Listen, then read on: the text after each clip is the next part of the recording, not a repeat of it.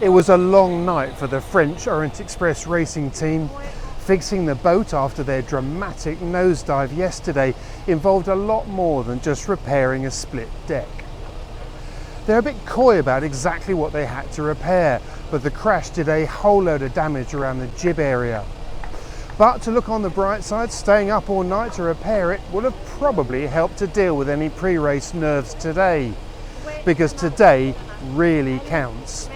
To stay in the event, they need to beat the British, and Alinghi need to lose to Luna Rossa. I don't think you'll find too many people here in Barcelona that would say with any certainty that that isn't possible. In the meantime, all that matters at the moment here at Orient Express Racing Team is to give the team the biggest send-off they can.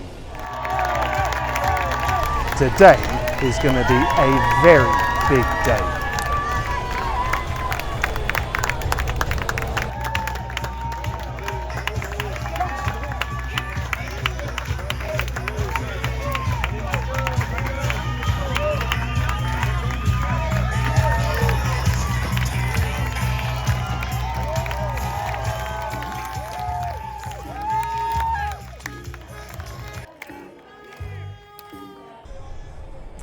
Well, there they are. British over there, French there. First match up today. No pressure then.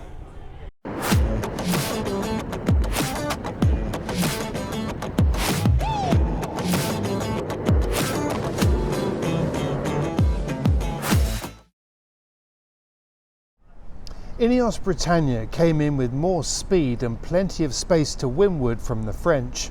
The result was that Orient Express Racing Team could never get close enough to the British to put them under pressure. Instead, Ineos could cover the French tack for tack, which is what they did. The challenge for both, though, was to stay on the foils. With just 7 knots of breeze at the bottom of the course, this wasn't straightforward. At the first windward gate, the French struggled and had to tack away, giving more distance to the Brits, who rounded 25 seconds ahead. By the bottom, the margin had grown to 47 seconds. The worry, however, was that the breeze was dying a little, just 5 knots true on Ineos on the second downwind leg. Staying airborne was key, but this meant making little progress towards the bottom of the course. On the last lap, the French made some gains, but not enough. This was the end of the road for the French. But this is also a team that has gone out of the Cup with their heads held high. They were the last to come into the 37th America's Cup, but have delivered some impressive and convincing performances. When we talked a few months ago earlier in the year, you were keen to emphasise that this was actually the start of a campaign rather than just a one-off campaign. Is that still the case?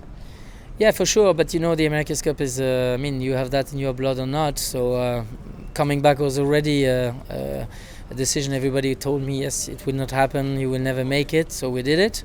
To be honest, I was much more ambitious than the result we had today. But again, that's the America's Cup, and sometimes you say what doesn't kill you makes you stronger, and we are super motivated to keep on going. But let's face it, we need to have a winner first and know where and when it will happen, which is always the magic on one side and also the problem with the America's Cup. We are a sponsor team, we have no private backer. I hope we brought some expectations in France because sailing is popular, but it's mostly offshore, single-handed, and I think we can be proud of the work we've been doing, and we show that it's possible. And again, no regrets, and I hope we can be there in the next one. So do we. It's great to watch. Thanks, Stefan. Thank you very much. Meanwhile, as Ineos crossed the finishing line, they were now even with Luna Rossa Prada Pirelli on 6 wins apiece. Want to make a shout out to the French team. It's great to see France back in the America's Cup. They've got a great young team with Quentin and Bruno leading the show. So hopefully this is just the start of a long journey for those guys. Not the best of my career. I think it's quite the same for the whole team. We fight hard, but obviously it was not enough. And just looking forward to come back stronger and build a really strong project to be able to win this cup one day. The surprise in this match came before the race had even started, as Luna Rossa Prada Pirelli were disqualified for being outside the start area. This is the umpires. Italy's disqualified out of the boundary more than 85 metres. Just coming down, making our start, okay? Race is awarded to the Swiss. The French result earlier meant that Alinghi Red Bull Racing were already safely into the semi-finals, and having started the race, they got their point. Yes, it's feeling really good. I think, the Brits did the job for us a bit, and we were looking forward to set up against Luna Rossa, but they bailed out of that one. So hopefully we set against them soon. But really happy, really for the team, and now we can really focus on next week. This week, and bring all the upgrade that we have in-house. So looking forward to get back on the water and race. The problem aboard Luna Rossa was a starboard foil arm that wouldn't lower. The net result was that the British and the Italians were now on even points and would need to do a sail-off to decide who finished the round robin on top. This was important, as the winner gets to choose who they'll face in the semi-finals. Then came another surprise, as American Magic copped a penalty for being outside the boundary at the pre-start. Meanwhile, the Kiwis were in for their last competitive race ahead of the Cup. Once again, this might not be a race that counted for any points, but you could feel the tension. At the first cross, American Magic were 230 metres behind, but nothing stays the same in the Cup for very long. And having found a bit more breeze on the left-hand side, they were just 50 metres behind at the second cross. At the top gate, they were just 7 seconds behind the Kiwis, but at the bottom, the difference had grown to 31 seconds. After another lap, what seemed to be becoming clear was that American Magic was going well upwind, but the Kiwis were going even better downwind. American Magic splashed down on the last leg, which didn't help their cause. But after another loop, all that mattered was that the Kiwis had won their final appearance ahead of the America's Cup match by a whopping 1,500 metres. I guess they'd be keen to hold on to that feeling. Nathan, a sort of mixed day for you really, isn't it? Last day, big gap. Next time you get to play with someone, it's the Cup itself.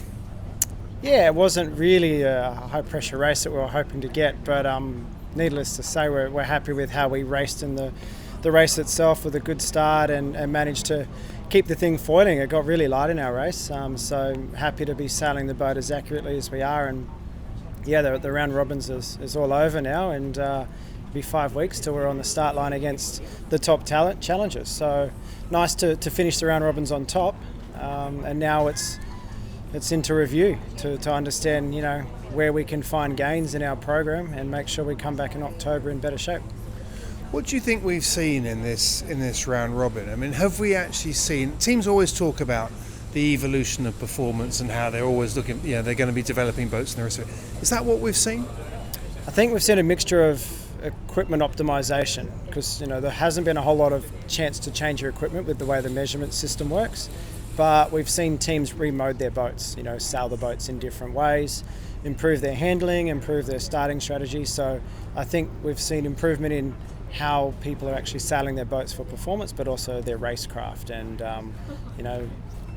sometimes some teams have made adjustments and made gains, and sometimes people have made changes and actually taken a step backwards, and that's going to continue for the next few weeks. And for us, it's just been awesome to race against all the challenges and put our best foot forward, understand where our boat's strong, where there's some weaknesses, and now we've got a bit of time to remode a few things on our boat and get ready for October. So it's been awesome to see the progression of, for me personally, like the racing. The racecraft has really evolved, and the conditions have been quite dynamic as well. We haven't had the same day after day. We've had a lot of easterly, a lot of waves, and we've had a few days of the southerly, which is what we're more used to getting here. And hopefully summer comes back and we get some more sunshine and good days racing, and hopefully winter doesn't come too quickly in October and we get a good series in.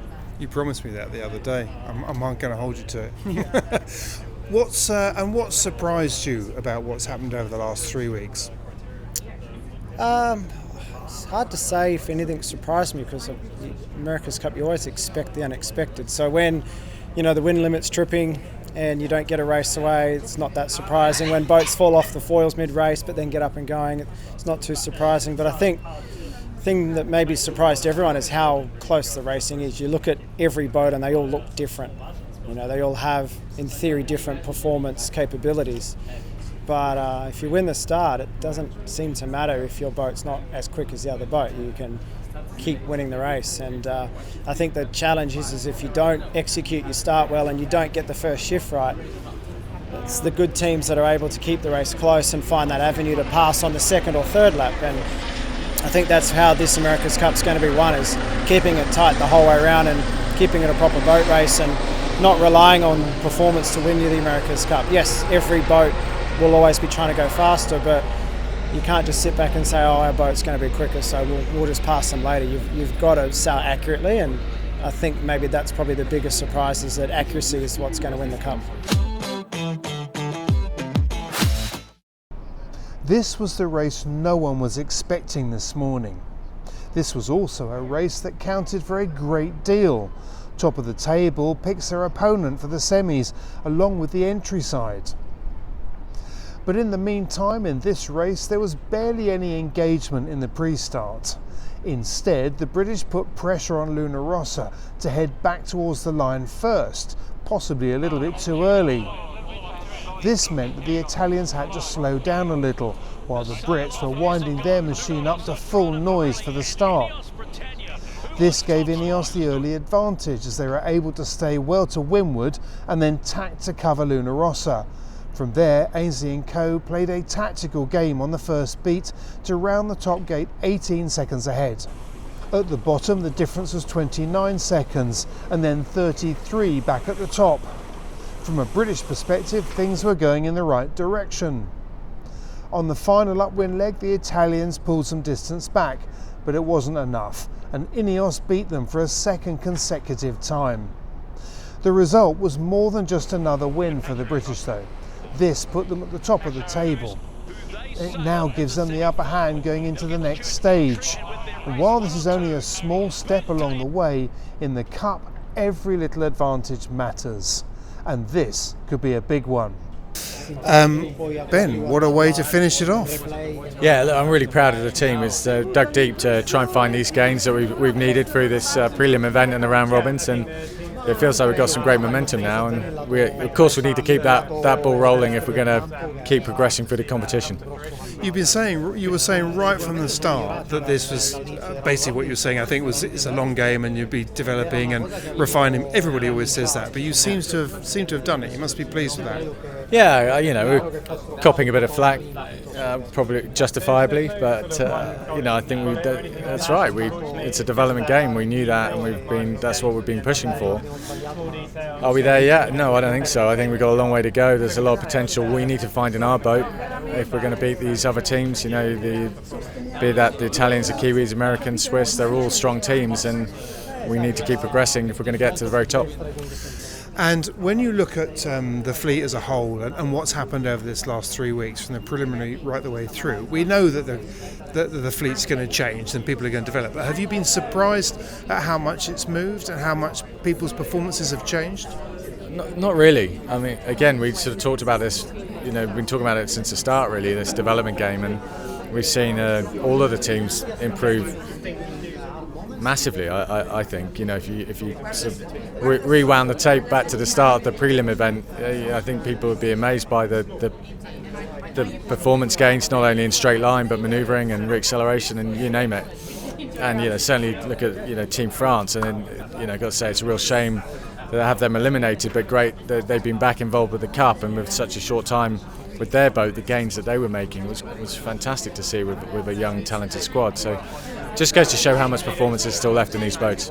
And finally, has there been anything that surprised you in the last 3 weeks? Surprised me? Not really. I'm not that surprised that Luna Rossa and the Kiwis sort of came out of the blocks firing and were the most polished teams going into this, and that's been impressive to see. But it's been a great opportunity for us to figure out where we were perhaps struggling and try and get ourselves on the right track. And feels like we've got some great momentum, and we're still chasing after all of those teams and looking for the ultimate victory. The semi-finals get underway on Saturday. Be there. We will be.